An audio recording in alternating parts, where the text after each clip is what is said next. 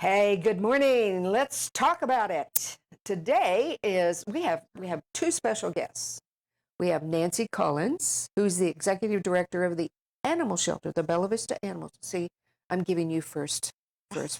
slot. I get top billing now. Yes, you get top billing. And then, folks, look at this. We have Miss Scarlett with us today. You know, she's being so nice. Why don't you tell us about Miss Scarlett real quick? Sure. So we assume that she's about 7 months old. She's called a pocket beagle, so she's not going to get much larger than what she actually is. She still has some puppy tendencies, and we're working on her house training. She's in foster right now until she can go and get spayed, but she is just about ready for a forever home. We just need to get a vet appointment for her. Oh my goodness, she's so sweet. And you say they don't get much bigger than that. Tell the story. You were telling me earlier about how the hunters. Sure.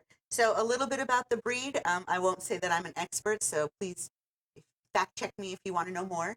But my understanding is that they were British hunting dogs, and they were actually meant to go into the hunter's pocket. And then when they downed their fowl, then they would send the dogs out to go and retrieve it.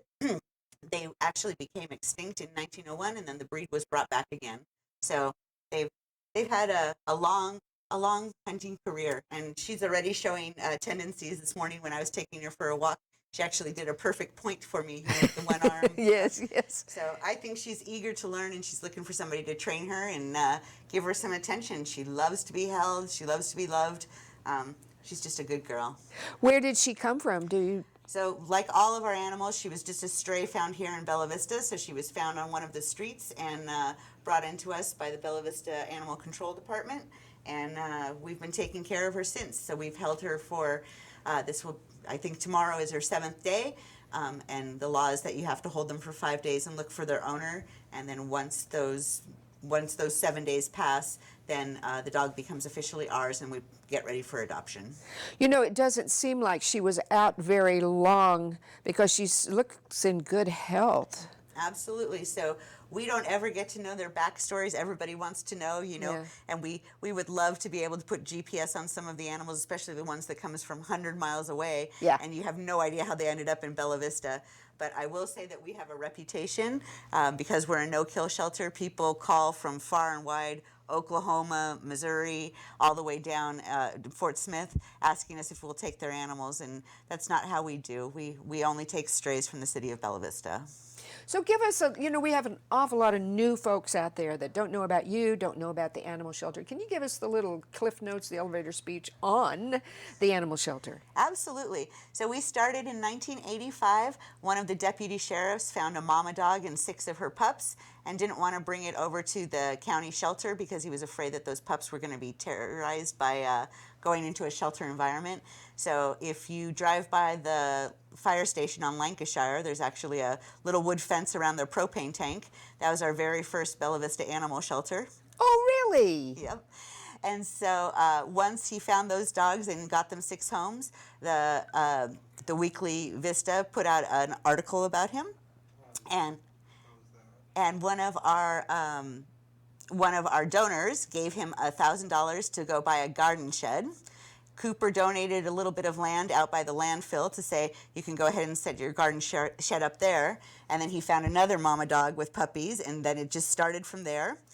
By 1996, they decided that they needed an official shelter, so they applied for nonprofit status, and they raised some money, and in 2002, they were able to open their first permanent building on Cooper land, and then we've just grown from there. We couldn't have done it without our donors, and so we started off with 7 runs with our first permanent building, and now in 2023, after we were featured on Fixer to Fabulous, we have 14 current runs, and we're hoping to tear down the old building and put some more additional dog runs in there and get our cats into a building by themselves so that they don't have to be with the dogs. So the old building, you mean the one on the left as you So come the in? original structure that was built in That was 2000, we're hoping to tear that down and make it a new modern facility with probably about another 10 dog runs in there.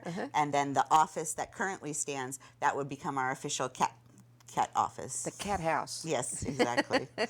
But we aren't calling it that yet. No, of course not.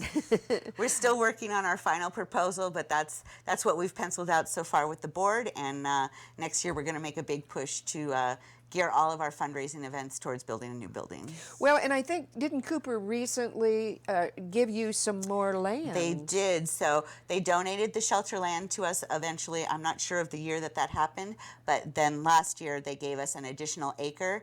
And so behind the land that we currently have, we have a dog walking area that actually takes us all the way down to Sugar Creek.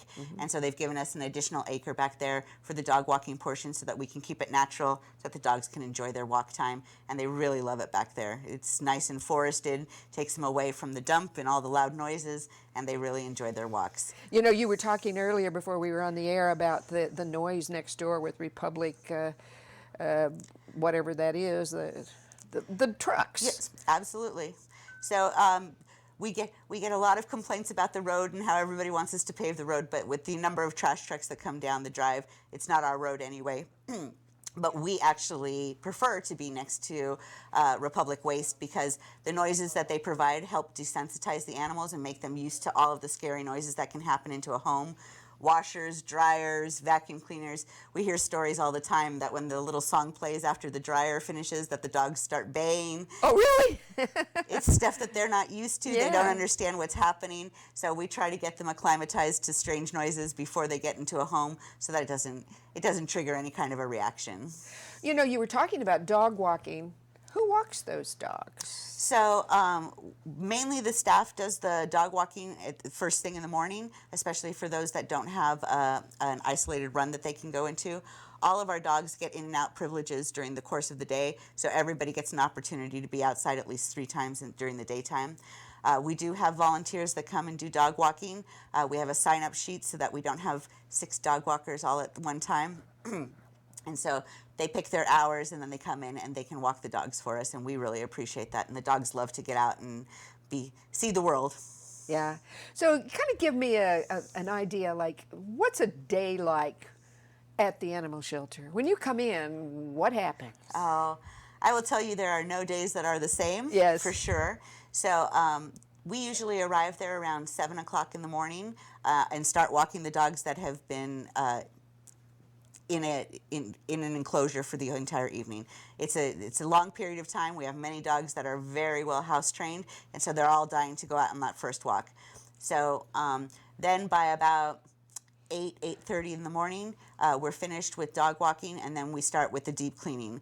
So every run gets cleaned out, deodorized, hosed down, all the waste picked up, fresh food, fresh water. Same with the cats. All the litter boxes get empty. We never use litter day to day because we never know if a cat has anything that might be contagious or cause any sort of... It's really helped a lot with our population not getting ill. So we have no instances of kennel cough, knock wood, I suppose. Very limited on parvo. We keep everybody isolated. We're doing a really good job of making sure that any contagions aren't spreading to any of the other animals, and that has worked out really well for us, and we strongly believe it has to do with our strict cleaning regimen, and we clean 365 days a year, weather regardless, Christmas, New Year's. Even though the shelter is closed, we still have people there taking care of the animals. So it's actually kind of funny when we have bad weather. We get calls all the time for people asking us how the roads are because they know that we're there. Oh, my goodness. So what are the hours for people like me coming in to visit you? Sure. So we are open from 10 to 4 every day except for Mondays. Mondays we do a deep cleaning. We take all the furniture away from the walls and scrub everything down. So Tuesday through Sunday, we are open from 10 to 4 for adoptions. If you want to volunteer at the shelter, we have a little bit of restricted hours on volunteerism. So we ask for 11:30 to 3:30, and we want to do that on weekdays as much as possible. Weekends are meant for the adopters to come in and spend time with the animals, and we don't have a lot of time for volunteers to help them get their animals. So I know you're the executive director. How many employees? You have employees. It's not just all volunteer. With me included, we are 7 people that work at the shelter, and that gives us coverage for all the days of the week without having to pay overtime. We used to operate on a strictly volunteer basis, but when the holidays come up and when the inclement weather comes up, volunteers don't feel as obligated to come and help us out.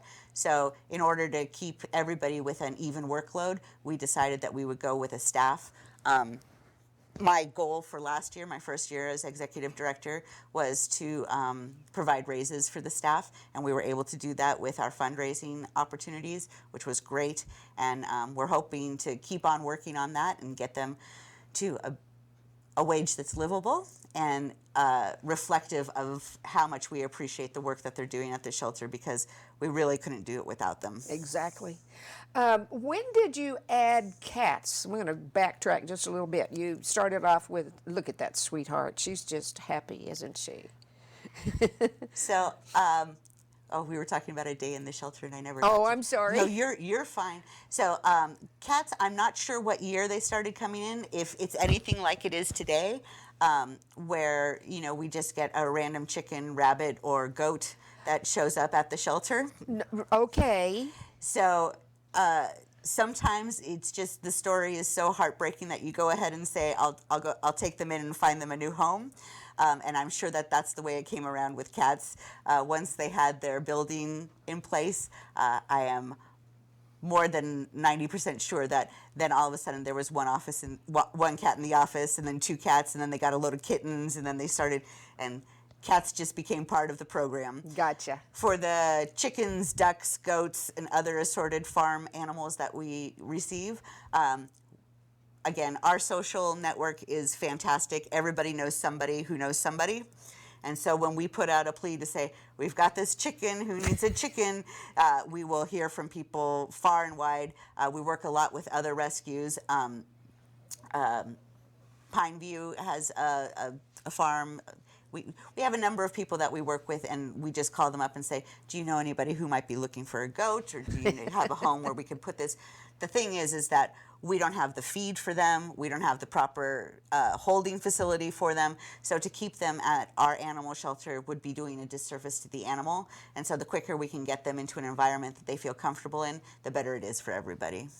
I tell you what, let's tell everybody where you're located, and then we'll take a quick little break, and we'll come back and talk about how the community can help you. Sure. So we're located at 32 Bella Vista Way. We are the last stoplight before you reach Missouri on Highway 71. So it's Bear Hollow on the right-hand side and Republic Waste and the Bella Vista Animal Shelter on the left-hand side as you're driving north. We're there, like I said, Tuesday through Sunday. Come by and visit us. It is a gravel road. If anybody would like to bring donations, but they don't want to traverse that gravel road, we have a drop-off box at Harp's Food off of Lancashire. So while you're doing your grocery shopping, if you want to give us blankets, or you would like to provide dog food or cat food or any of those things that we need every day, bleach also being a big one, you can just drop it right there in that box, and I pick it up every Monday. And that's at Harp's? That's at Harp's, correct. Okay. That's good to know. I just always kind of drive down there and say, here, Nancy, take this. We love that too. We want to have you come out, and we'll give you the nickel tour and show you what's going on. Yeah. Everybody remarks that they can't see any of the animals when they drive in. It's very quiet. Our shelter manager does a fantastic job of making sure that the dogs are very comfortable, and so we don't hear them barking. One of the things that we've changed a lot this year is that we've moved from retail version of dog adoptions into more of a real estate version of dog adoptions. So instead of having people walk through the kennels and get all the dogs agitated, where they're barking and losing their minds and you can't really see their personalities, we've decided to take a different approach and say, what kind of an animal are you looking for? So give us your 3-bedroom, 2-bath criteria, and let us show you all the animals that meet that criteria. Showing them one-on-one has been so much better for the dogs. We've actually improved our adoption rate by doing that, and the sticking power. So the fact that they fit well in the home is something good that we're able to evaluate when we start asking questions about what kind of an animal they're searching for. You know, that is really great. I remember we've adopted at least 3, if not 4 dogs from the shelter over the years. And I remember when we adopted Lainey, who was a beagle, it was really cool because they asked my husband, what do you want to do with this dog? And he says, well, I watched a lot of football and sat on the couch. So they brought Lainey out, and she was perfect for that. So that's the concept you're kind of talking about? Absolutely. That's exactly what we're hoping to do. Yeah. Some people are a little bit upset about it because shelters have been doing the walkthrough for years and years and years. So we're trying to mix it up a little bit and give people what they need. Yeah. Yeah. All right, let's take a quick break. We'll be right back. I just can't believe how really cool Scarlett is about this, but we'll be back in just a second.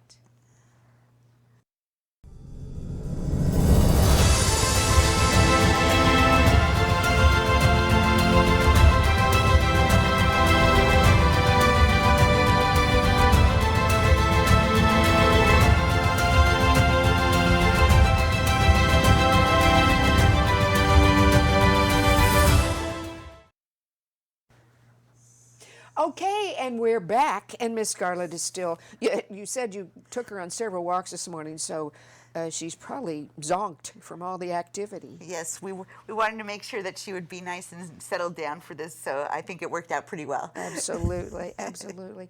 Okay, so I know you do all kinds of, all year long, you have fundraising things going on, but you've got some important stuff coming up. Sure. So we are a completely privately funded animal shelter. We do have a contract with the Bella Vista Police Department, but for the most part, at least 80% of our income comes from all of our generous donors here in Bella Vista.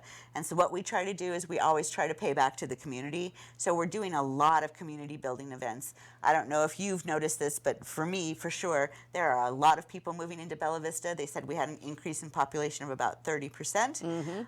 And so we're always trying to do community building activities. We start in April with Bratfest at Allen's Food Market.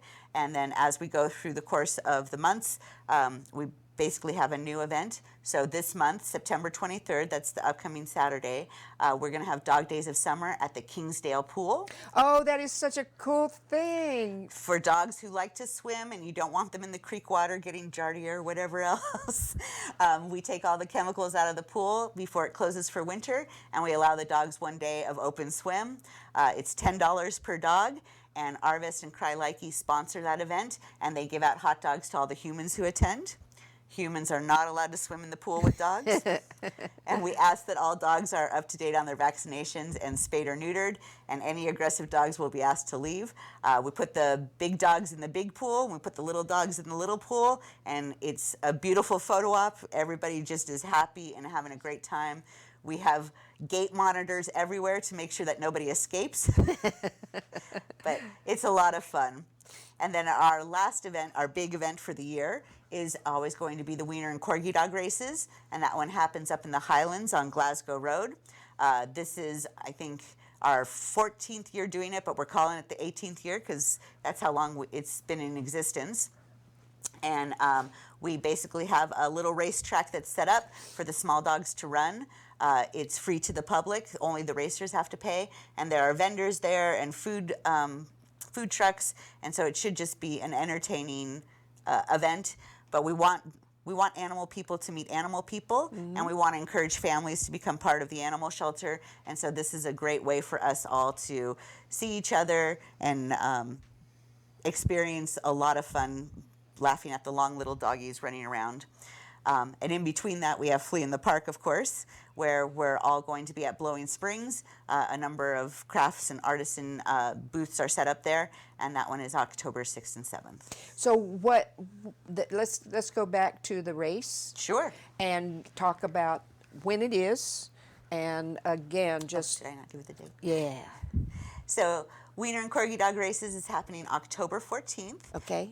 Racing will begin at 10 o'clock in the morning, and we think we're going to be done by 2. Everybody tells me there's a Razorback game that day, so we got to make sure we're done before that starts. Absolutely. It'll be a lot of fun. We'll have some shade tents set up. It will be rain or shine, most likely, unless it's thunder.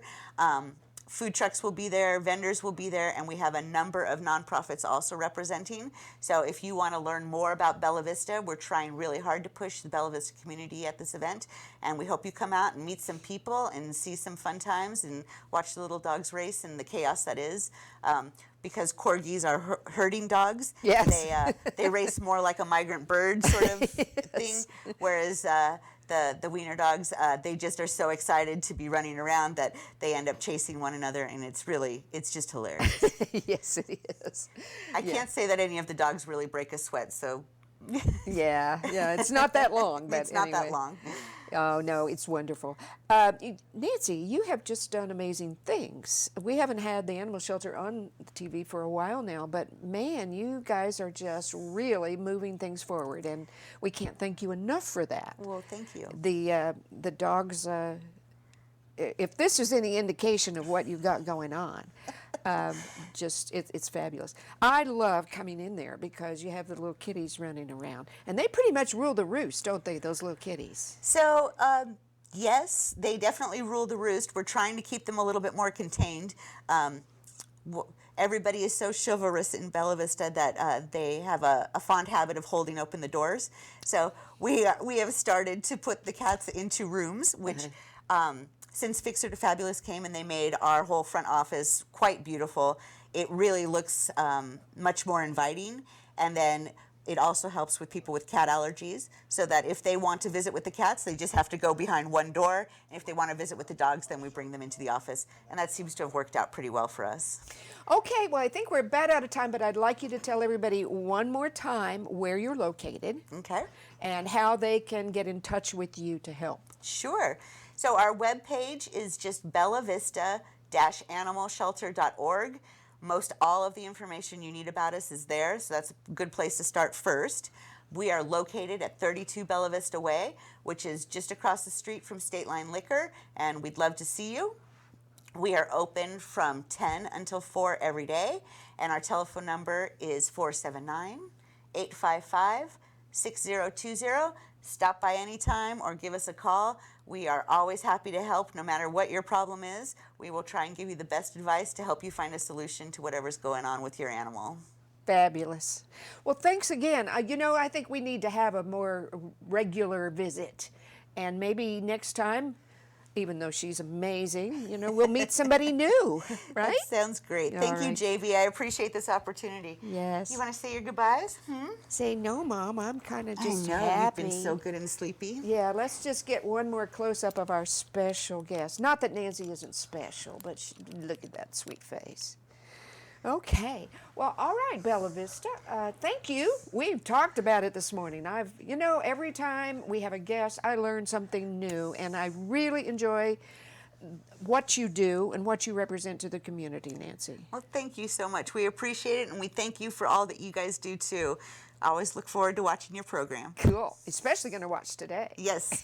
Subscribe and like, right? Subscribe and like, absolutely. Okay, Bella Vista, we will see you next month. To talk about it. I don't know what we're going to talk about, but it'll be fun, whatever it is. Awesome. See you soon, okay? Thank you. Bye, everybody.